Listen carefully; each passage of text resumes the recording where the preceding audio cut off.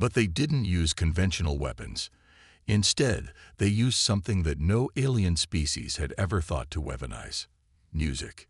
Human ships began broadcasting complex mathematical sequences disguised as harmonic progressions. The patterns were based on research into the swarm's collective consciousness, designed to create resonance cascades in their neural networks. To any organic listener, it would have sounded like beautiful, haunting melodies. To the swarm's biomechanical minds, it was a virus that spread through their networks like wildfire. The effect was immediate and devastating. Swarm units began to convulse and shatter as their internal systems fought against conflicting commands. The collective intelligence that had terrorized the galaxy for 3 centuries began to tear itself apart from within. Across the galaxy, the Galactic Tribunal watched in stunned silence as their monitoring stations reported the impossible. The Void Swarm was retreating, not just from this battle, but from every system they had occupied. The neural virus was spreading through their entire network, causing a cascade failure that reached across light years of space. Overlord Zethan stared at the tactical displays in disbelief. This is impossible. No species has ever made the swarm retreat from a single engagement, much less from an entire sector. Counselor Vex's form rippled with what could only be described as shock. The humans have done something that our greatest minds declared impossible. They have found a way to turn the swarm's own nature against itself. The reports continued to stream in. Swarm forces abandoning star systems they had held for decades, their biomechanical forms dissolving as the neural cascade reached critical mass. In a matter of hours, humanity had accomplished what the combined might of the galaxy's greatest civilizations had failed to do in 3 centuries. Back in the debris field where the battle had begun, Marcus Chen stood amid the wreckage of swarm vessels that had once seemed invincible. The human fleet had suffered losses, but they had won a victory that would echo through galactic history. His communication officer looked up with wonder in her eyes. "Captain, we're receiving transmissions from the Galactic Tribunal. They're requesting immediate contact." The main view screen activated to show the assembled alien leadership, but their expressions were very different from the mockery and dismissal they had shown a year ago. Now there was respect, fear, and something that Marcus had never expected to see in their alien features: desperation. "Ambassador Chen," Zethan began, his voice lacking its previous arrogance, "we congratulate humanity on this unprecedented victory. The Galactic Tribunal formally recognizes your species as a full member of the galactic community, with all rights and privileges accorded to advanced civilizations." Marcus nodded politely, but he could see that there was more coming. Vex's form shifted nervously.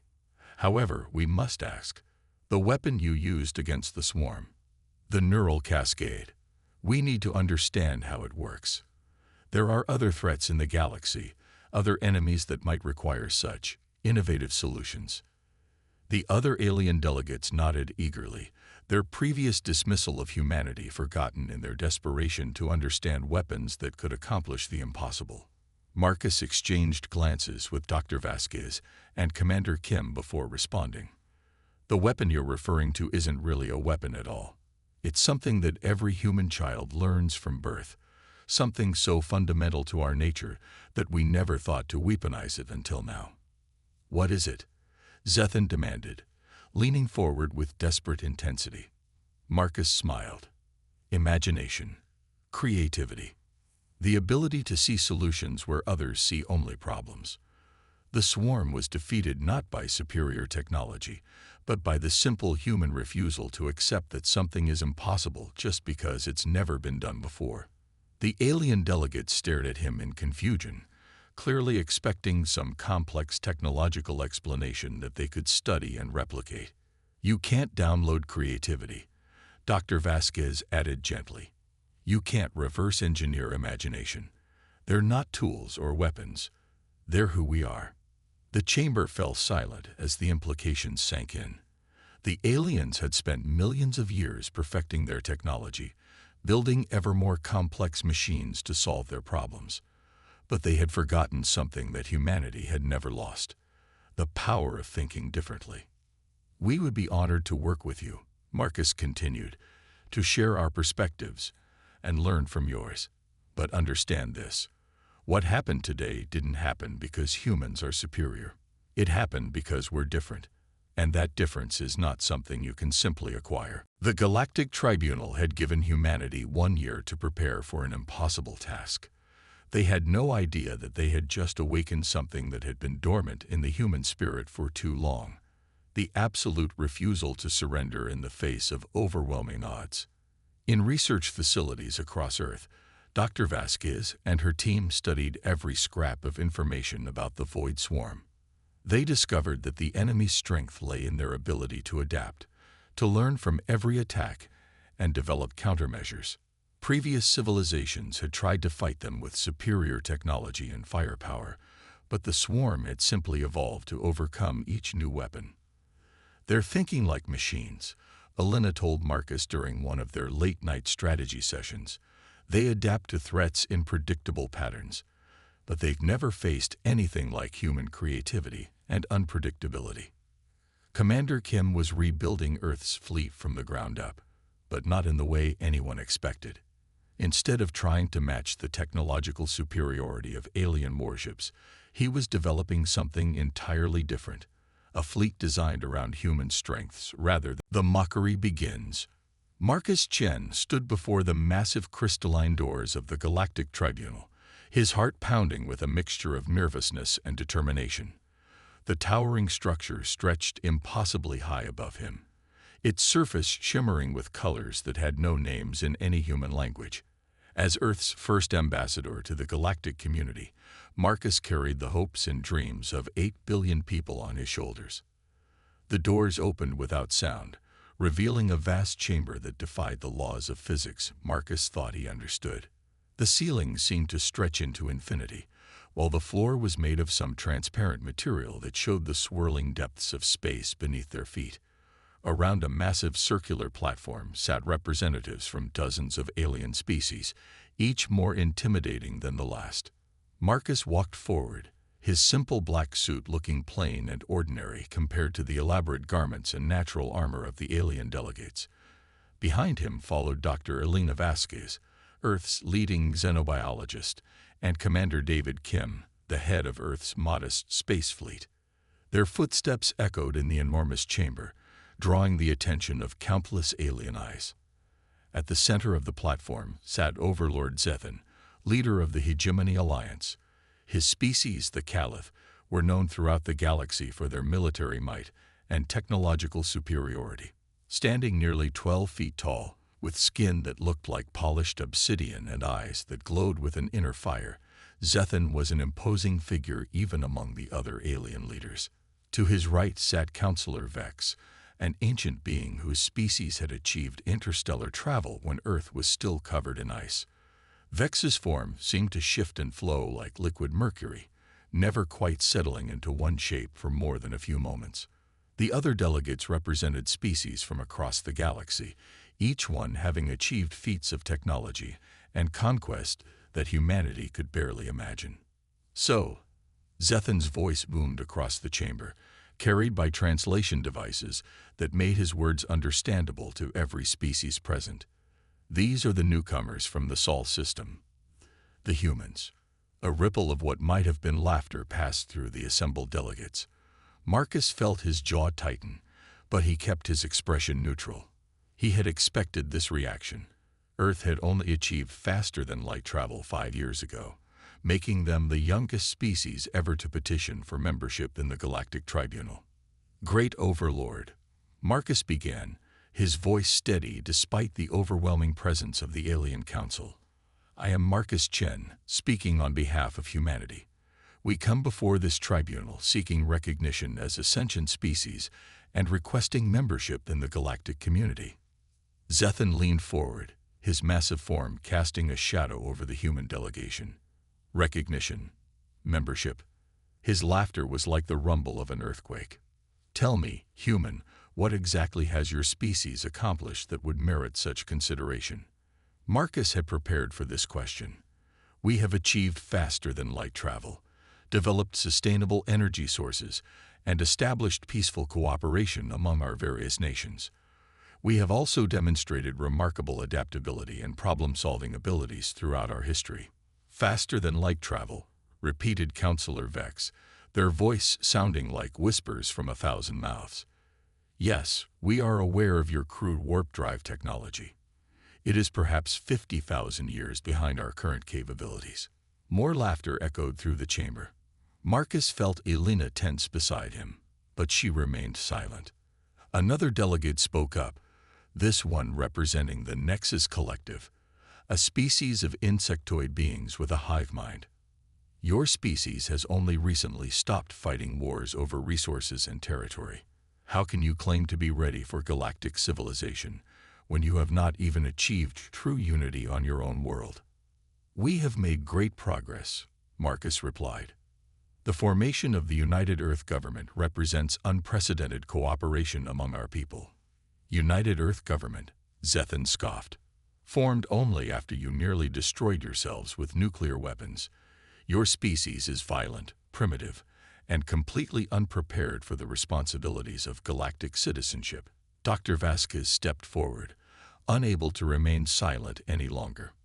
With respect, Overlord Zethan, every species goes through periods of conflict and growth. What matters is our ability to learn and evolve. Learn and evolve. Vex's form rippled with what might have been amusement. Your species has existed for only a few 100,000 years. We have civilizations that are millions of years old. You are children playing with toys, believing yourselves ready to sit at the adult table. Initiate Ghost Protocol, Marcus replied. Across the mockery continued for what felt like hours. Each delegate took turns pointing out humanity's shortcomings, their technological inferiority, their brief and violent history. They spoke of humans as if they were barely more than animals that had learned to use tools. Marcus felt his anger building, but he forced himself to remain calm. This was exactly what they had expected. The Galactic Tribunal had a long history of dismissing younger species, believing that technological advancement was the only measure of civilization. Finally, Zethan raised a massive hand, calling for silence.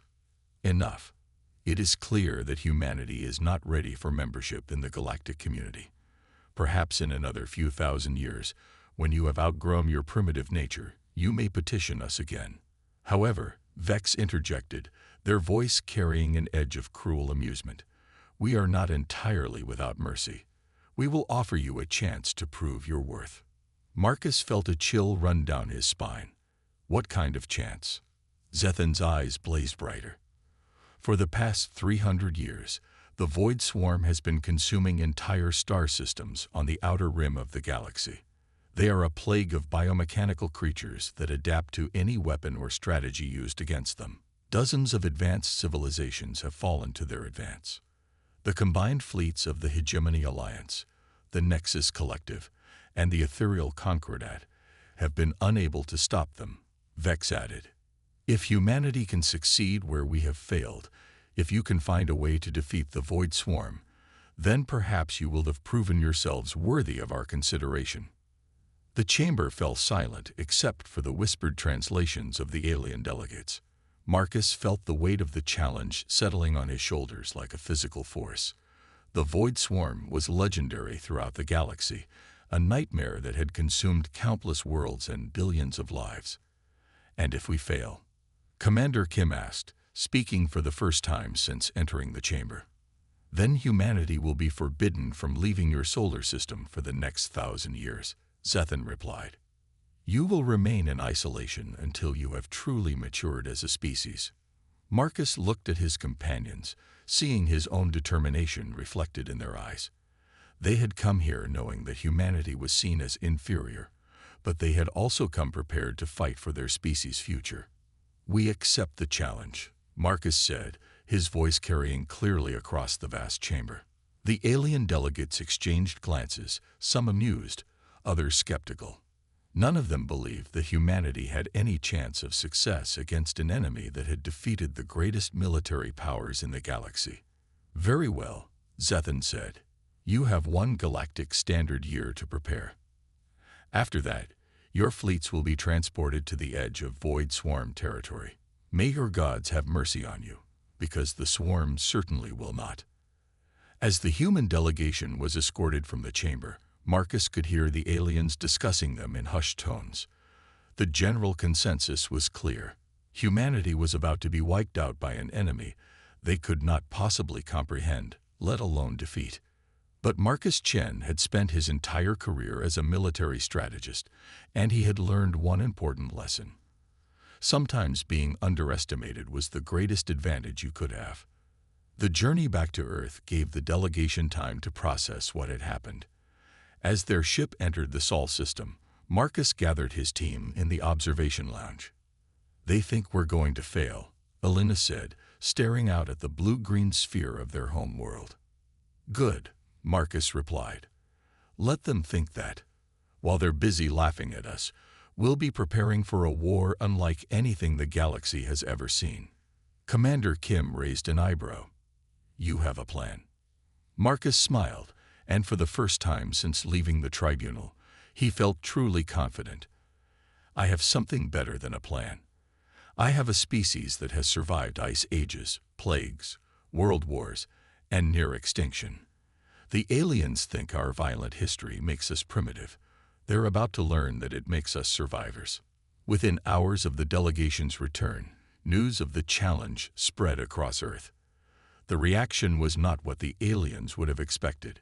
Instead of fear or despair, humanity responded with a unity and determination that surprised even their own leaders.